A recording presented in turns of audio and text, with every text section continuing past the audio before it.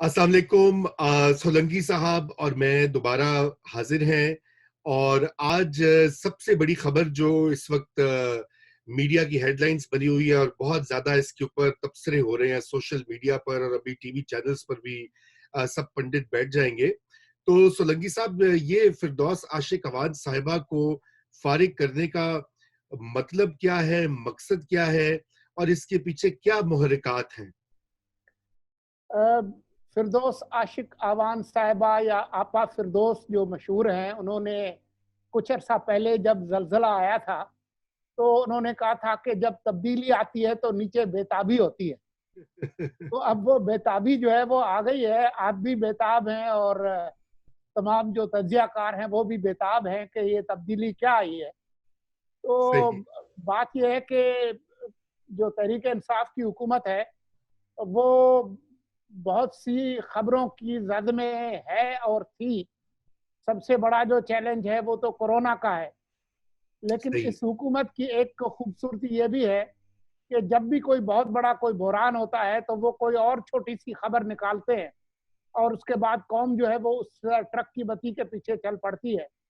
तो ये जो उन्होंने कुर्सियां तब्दील की हैं या जो म्यूजिकल चेयर जो वो करते रहते हैं, उसकी वजह से हम लोग बोर नहीं होते। तो इसलिए 1 साल और 10 दिन के बाद आपा फिरदौस जो है वो चली गई हैं।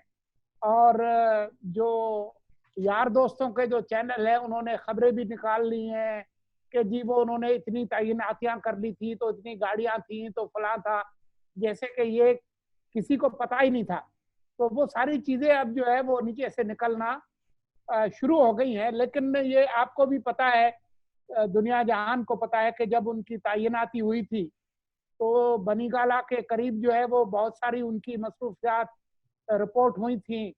बनीगाला के करीब बहुत सारी गिरदो नवा में। रसूमात की बातें बहुत सारी हो रही थी। वहां पर बहुत सारी झंडियां भी लगी थी और भी बहुत सारी करामात जो कि बनीगाला के करीब जो है सुनाई जाती हैं। सही। तो मैं ये समझता हूँ सोलंकी साहब के फिरदौस सापा जो हैं उन्होंने उनका स्टाइल जरा है थोड़ा, जिसे कहते हैं ना, अवामी किस्म का स्टाइल है उसमें कभी कभार। लठमार, लठमार। लठ मार।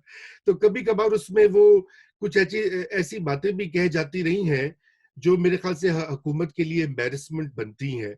और ज्यादा मसला यहाँ पे यही आ रहा है, आपको पता है ना, पाकिस्तान में एक ऑब्सेशन है इमेज का कि जी इमेज ना खराब हो जाए, हमारा इमेज खराब हो रहा है। ये कोई कोई नहीं देखता कि भाई पीछे जो मसाइल हैं वो उसको एक इंफॉर्मेशन मिनिस्टर या एडवाइजर कैसे ठीक कर सकता है। अगर हुकूमत की कारकर्दगी जो है वो खुद से ठीक नहीं है तो इंफॉर्मेशन मिनिस्टर आप बेहतरीन से बेहतरीन ले आए, वो उससे कोई खास नहीं फर्क पड़ेगा। बहरहाल ये ऑप्टिक्स उनको चाहिए थे बदलने। और मेरे ख्याल से वो थोड़े से परेशान भी हैं क्योंकि आप देखें ना, सोलंकी साहब, मीडिया जो था वो इमरान खान साहब के इक्तदार में आने से पहले बड़ी हद तक उनके पीछे था। सिवाय एक दो चैनल्स के और आप जैसे 8-10 और आवाजें थी जो कि जरा तनकीद वो करती थी। बाकी तो सारे कह रहे थे कि जी इमरान खान आएंगे इनकलाब आ जाएगा। अब ये वाकया हुआ है कि मीडिया ने पलटा खा लिया है और मीडिया मैनेजमेंट भी वीक वीक रही है और मीडिया खुद बड़ा वो क्रिटिकल हो गया है। तो शायद मेरे ख्याल से ये एक एक कोशिश है बचाने की हुकूमत की साख को कि जो तनकीद हो रही है वो कम हो जाएगी। आपके ख्याल से शिबली फराज के आने से क्या पीटीआई का मीडिया में इमेज बेहतर होगा? देखिए, फौरी तौर पर तो उनको फायदा हो गया ना कि वो सारा जो गुस्सा था आपा फिरदौस की तरफ हिजब इख्तलाफ का भी और मीडिया के काफी हलकों का भी, जिस तरीके से वो डील करती थी मामलात के, तो वो एक तरह से बैठ जाएगा। और एक फौरी रिलीफ जो है वो, जब आपको 104 दर्जे का बुखार हो तो पैरासीटामोल लेने के बाद जो सूरत हाल होती है, तो वो तो बुखार तो फौरी तौर पर नीचे बैठेगा।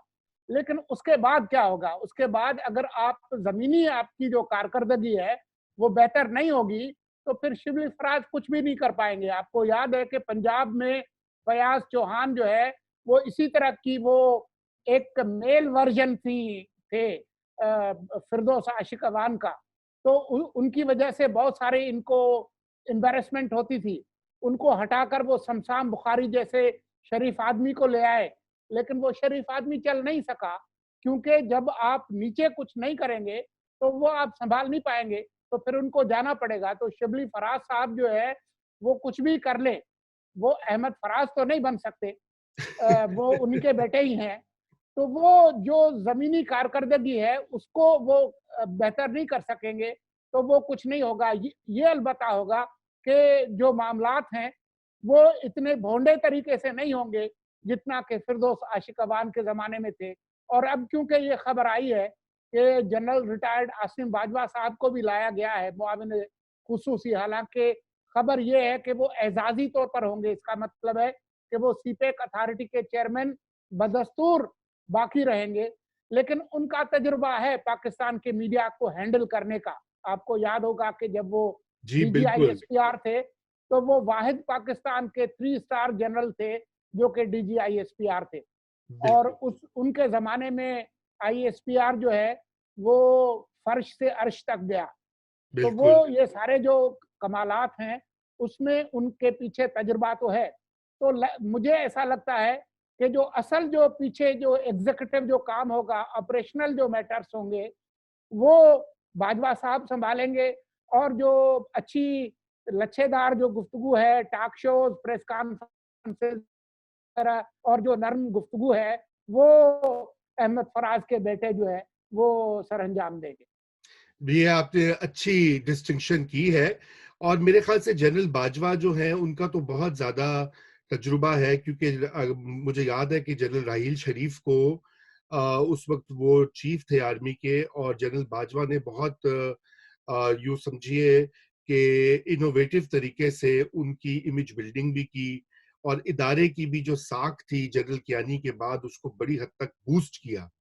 लेकिन मैं सोलंकी साहब आपको एक बात ये बता दूं कि फौज की तर्जुमानी करना और एक सिविलियन हुकूमत की तर्जुमानी करना में उनको बड़े चैलेंजेस आएंगे क्योंकि देखिए फौज की एक कंसेंसस है पाकिस्तान में, मतलब फौज एक ऐसा इदारा है कि हमारी जो आबादी की अक्सरियत है वो रिस्पेक्ट करती है, डरती भी है, रिस्पेक्ट भी और कोई उस तरह से डिवाइसिव व्यू नहीं है। हाँ, माँ सिवाय छोटे सूबों में चंद आवाजें होती हैं, चंद वो होते हैं जो लोग तनकीद करते हैं, लेकिन बिलअमूम फौज के ऊपर एक कंसेंसस होता है नेशन स्टेट में।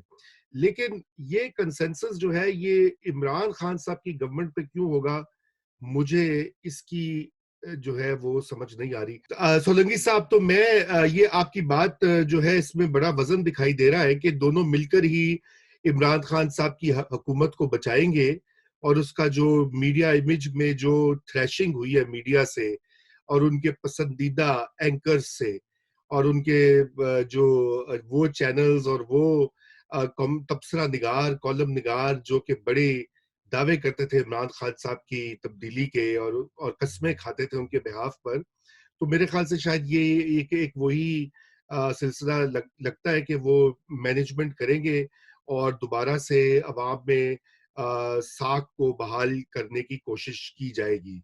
लेकिन आप ये बताइए कि ये कामयाब हो पाएंगे क्या?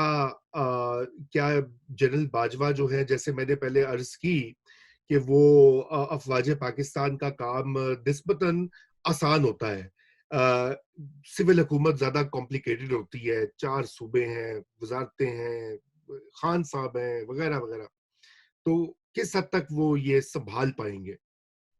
देखें जी, एक जो फौरी फ़ायदा है वो तो हो गया, क्योंकि ये 2 निस्बतन तगड़े लोग आए हैं। जो वज़ीर लगे हैं वो पढ़े लिखे हैं, उनके वालिद की शोहरत है, उनकी अपनी शोहरत है, कायदे-ऐवान है, इलेक्टेड हैं, पढ़े लिखे हैं, वो उनकी फिनिश है, ज़्यादा मुहज़्ज़िब हैं, वो ठंडे मिजाज के हैं, तो वो उसका एक फौरी फ़ायदा तो होगा।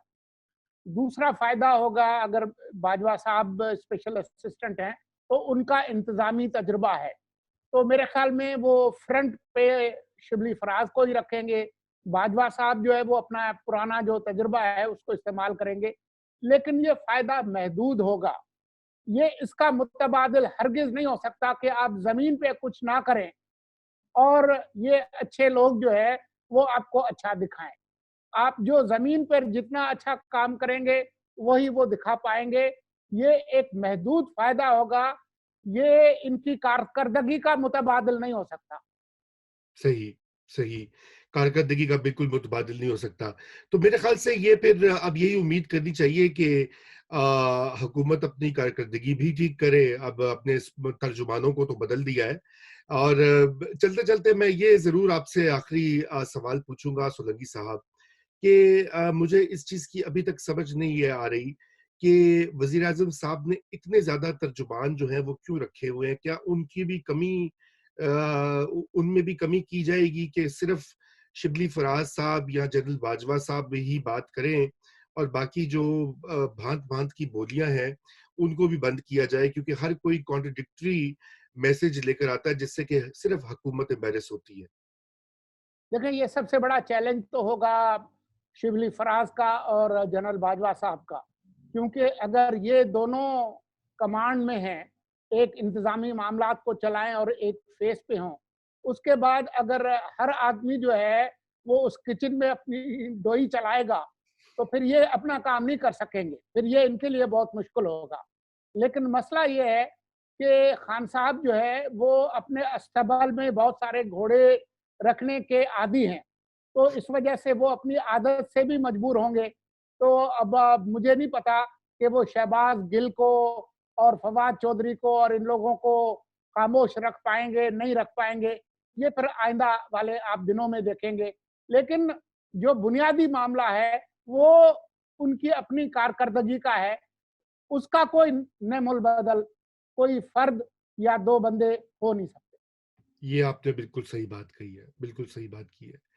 تو اسی کے ساتھ ہم یہ والی اپنی گفتگو جو ہے اس کا اختتام کرتے ہیں، اور جلد ہی ہم واپس آ رہے ہیں 18ویں ترمیم کے اوپر ایک سیر حاصل گفتگو کرنے کے لیے۔